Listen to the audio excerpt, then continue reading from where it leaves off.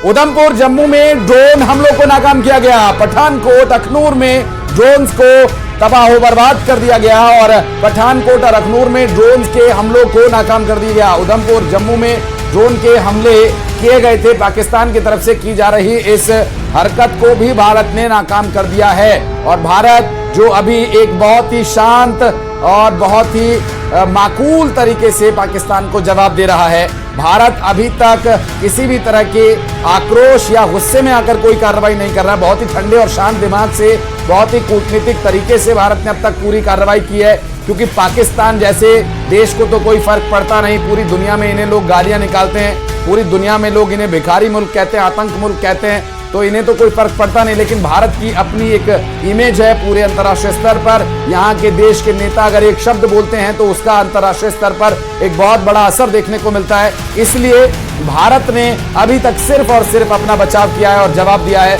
उस हमले का, और भारत की तरफ से अभी तक कोई हमला नहीं किया गया। पठानकोट में भी देखिए वो नापाक हरकत जारी है। उधमपुर में, जम्मू में ड्रोन्स के माध्यम से हमले किए जा रहे हैं। पठानकोट और अखनूर में भी वो चाइना से मिले हुए उधार के ड्रोन्स का इस्तेमाल किया जा रहा है और यहाँ की परिस्थितियां अब पूरी तरह से नियंत्रण में हैं। बिल्कुल बिल्कुल आशीष, होने के बाद ही साफ है जिस तरीके से हालात हैं। विनीत हमारे साथ बने हुए हैं। विनीत, ये नाकाम कोशिशें पाकिस्तान बार बार कर रहा है और मुंह की खा रहा है।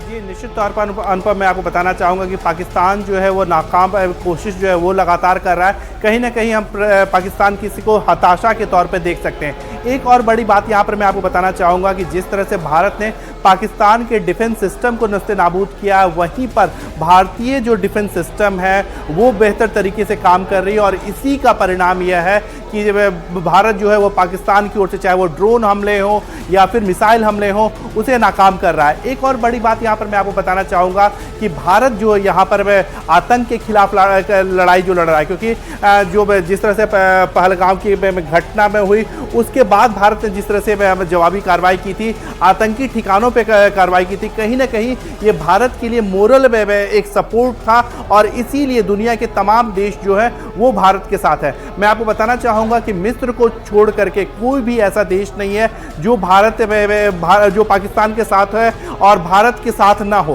तो निश्चित तौर पर दुनिया के तमाम देश जो है वो भारत के साथ है। इसको लेकर के विदेश मंत्री में जो है वो लगातार दुनिया के तमाम बड़े अपने जो काउंटर पार्ट्स हैं उनके साथ बातचीत कर रहे हैं। इसके साथ ही साथ अजीत डोभाल जो है वो अपने काउंटर पार्ट्स एनएसए के साथ, दुनिया के तमाम काउंटर पार्ट्स के साथ अपने बात कर रहे हैं। तो साफ तौर पर भारत जो है वहीं जहां पर मिलिट्री एक्शन ले रहा है वहीं पर साथ ही साथ डिप्लोमेटिक एक्शन भी जो है वो भारत की ओर से लिया जा रहा है। बिल्कुल, मैं विनीत लौटूंगा आपके पास। राखी जी हमारे साथ जुड़ी हुई। राखी जी, ऐसे हालात में एक ऐसे मुल्क से जो पूरी तरह से दिवालिया हो चुका है, उसकी स्थिति अब शायद उधार मांगने की भी नहीं रह गई, क्योंकि एफएटीएफ ने बहुत कड़े और बहुत ही मजबूत जो नियम है वो तय कर दिए पाकिस्तान के लिए स्पेशली।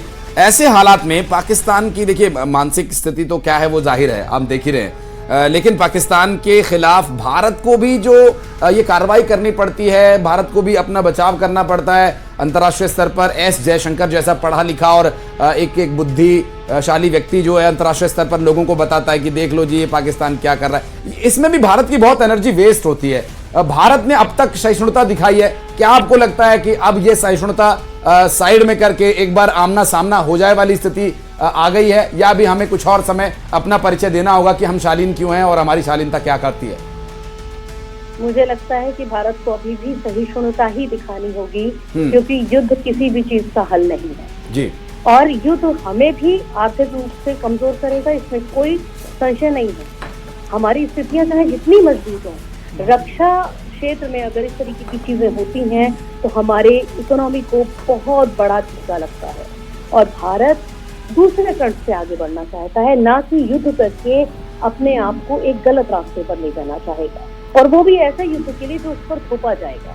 और यहीं पर अगर आप पाकिस्तान देखें तो पाकिस्तान जैसा आपने बताया पूरी तरह से टूटा हुआ है, ना उसके पास कोई कूटनीति है, ना है नहीं, ग्लोबल सपोर्ट मिल नहीं रहा है, अपनी जनता।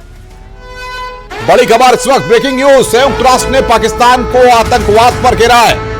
बड़ी खबर इस वक्त, संयुक्त राष्ट्र ने पाकिस्तान को आतंकवाद पर घेरा है। इस वक्त की बड़ी खबर, राखी जी हमारे साथ बनी हुई हैं। राखी जी, पाकिस्तान को आतंकवाद के मसले पर संयुक्त राष्ट्र ने यहां पर घेरा है, यानी कि अब पाकिस्तान के ऊपर अंतर्राष्ट्रीय स्तर पर भी एक खासा दबाव बनने वाला है जो कि अमेरिका, संयुक्त राष्ट्र तमाम तरीके से बन चुका है।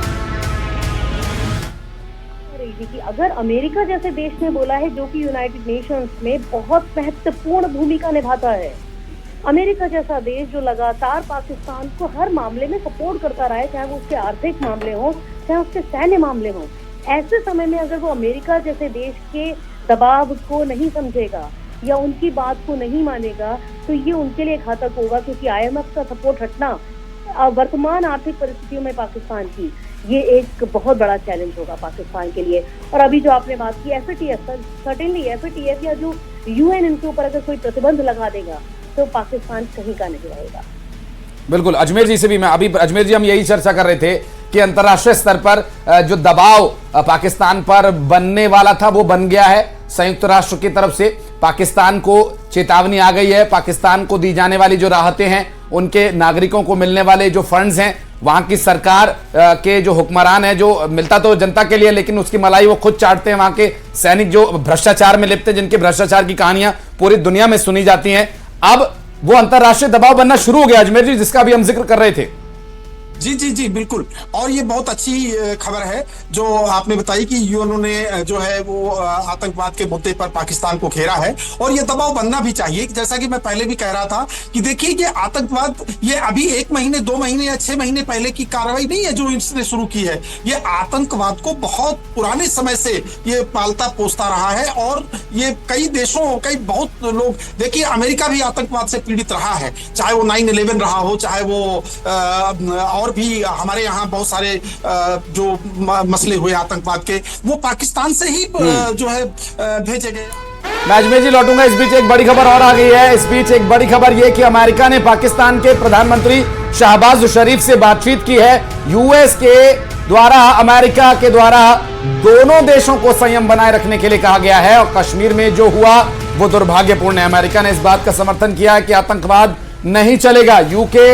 यूएस के विदेश मंत्री ने शहबाज शरीफ से बातचीत की और अमेरिका ने दोनों ही देशों को संयम बरतने के लिए कहा है। कश्मीर में जो हुआ वो तो दुर्भाग्यपूर्ण है ही, यानी अनुपम वो बात जो यूके भी जानता है, पूरा देश, पूरी दुनिया जानती है कि पाकिस्तान में आतंकवाद पनपता है और वो भारत में अशांति फैलाता है। लेकिन अब दोनों देशों को लेकर ये हालात अब बन रहे हैं कि दोनों देशों को शांति बनाए रखने के लिए कहा गया है। इस बीच एक बड़ी खबर वो ये है कि यूएस के विदेश मंत्री ने पाकिस्तान के प्रधानमंत्री से बातचीत की है। विनीत, अब दबाव बनने लगा है पाकिस्तान पर, और बहुत जल्द शायद पाकिस्तान अब ये घोषणा कर दे कि बस हमारे पास जो था वो खत्म हो चुका है, अब नहीं, अब और नहीं लड़ पाएंगे। जी, निश्चित तौर पर अमेरिका के विदेश मंत्रालय की ओर से साफ तौर पर यह खबर दी गई है, जिसमें साफ तौर पर यह कहा गया है कि यूएस के जो विदेश मंत्री हैं उन्होंने पाकिस्तान के प्रधानमंत्री से बात की है, साथ ही साथ भारत के विदेश मंत्री से भी बात की है, और दोनों ही देशों को